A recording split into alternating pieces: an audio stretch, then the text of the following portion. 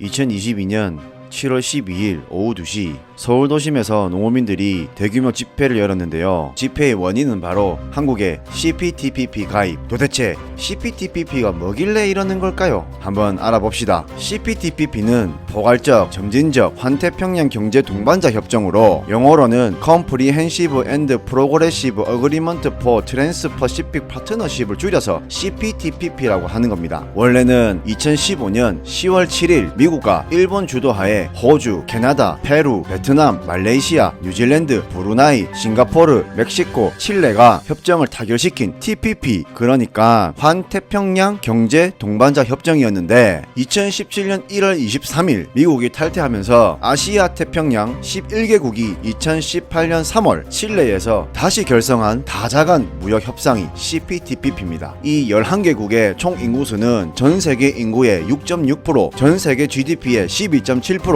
전 세계 무역액의 14.9%를 차지하고 있습니다. 이 중에 우리나라 수출액 중 23.2%를 CPTPP 가입국들이 차지하고 있습니다. 또 CPTPP 가입국 간에는 관세가 없는데 품목별로 공산품은 99.8% 이상, 농산물은 96.3% 이상, 수산물은 100%의 관세를 철폐하고 있습니다. 그래서 평균 약 96%의 관세를 철폐하고 있는 겁니다. 어렵죠? 쉽게 말하면 태평양 주변 국가들이 무역 파트너십을 맺고 각 국가 간의 관세를 없애서 수출입을 활성화시키자는 경제협정입니다. 가입을 하려면 의장국인 일본을 포함 11개국이 만장일치로 가입 승인을 해줘야 합니다. 한 나라라도 거부를 하면 가입을 할 수 없겠죠. 현재 11개국 외에 영국은 가입 신청 후 협상 단계고 중국, 대만, 에콰도르도 가입 신청을 완료한 상태입니다. 우리 한국은 2021년 1월 CPTPP 가입을 적극 검토하겠다는 입장을 밝힌 뒤 2022년 4월 15일 CPTPP 가입하기로 한국 정부가 의결을 했습니다. 가입 신청을 완료해도 협상 등의 과정을 거쳐 최종 가입까지 최소 1년에서 2년 정도 걸린다고 합니다. 아니, 수출입이 활발해지면 나라 경제에 더 좋은 거 아닙니까? 근데 왜 농어민들이 집회까지 열고 그러는지 잘 모르시겠다고요? 이 CPTPP에 가입을 하게 되면 우리 농업계는 사실상 막대한 피해가 불가피합니다. 앞서 말했듯이 농산물 자유화율은 96.3% 이상입니다. 우리나라가 이미 체결한 FTA 농산물 평균 자유화율은 72%. 이거와 비교를 했을 때 CPTPP는 전면 개방 수준입니다. FTA와 CPTPP의 차이점이 궁금하실 텐데요. FTA는 양자간, 즉 1대1 소개팅이라면 CPTPP는 다자간, 즉 단체 소개팅 느낌입니다. 한 번에 많은 나라와 계약을 맺을 수 있는 거죠. 그러므로 인해서 민간 품목 수입 가능성이 커지는데 가장 우려되는 민간 품목은 감귤, 포도, 쌀, 소고기, 돼지고기, 닭고기, 밤,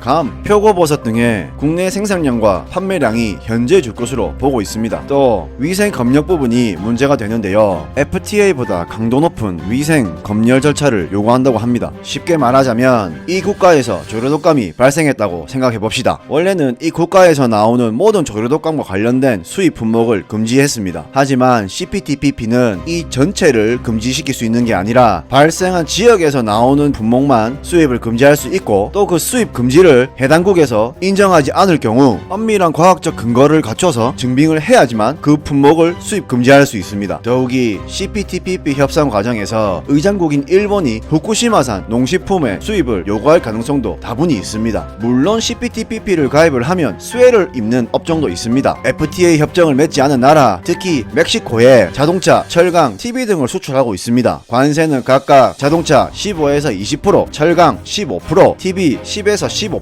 이런 관세가 없어지면 좀 더 활발한 수출을 기대할 수 있겠죠. 대외경제정책연구원은 실질 GDP가 최대 0.35%까지 증가할 것을 예상하고 있고 산업연구원은 15년간 순수출액 최대 9억 달러까지 증가를 예상하고 있습니다. 총 정리를 하자면 CPTPP에 가입할 경우 실질 GDP 0.33에서 0.35% 증가, 소비자 후생 30억 달러 증가, 제조업 순수출 6억에서 9억 달러 증가, 제조업 생산 1조 18억에서 1조 8,200억 원 증가, 농업 생산은 853억에서 4,400억 원 감소, 수산업 생산은 69억에서 724억 원 감소. 양날의 검인 CPTPP, 농수산업계는 피해 산정과 대안 마련이 미비한 상태에서 가입은 안 된다고 강력히 반발하고 있습니다. 앞으로는 길게 1년에서 2년이 남은 대한민국의 CPTPP 가입, 농수산업에 대한 대안을 잘 내어놓아 농수산민들이 우는 일이 없도록 했으면 하는 바람입니다. 영상을 끝까지 시청해주셔서 감사합니다.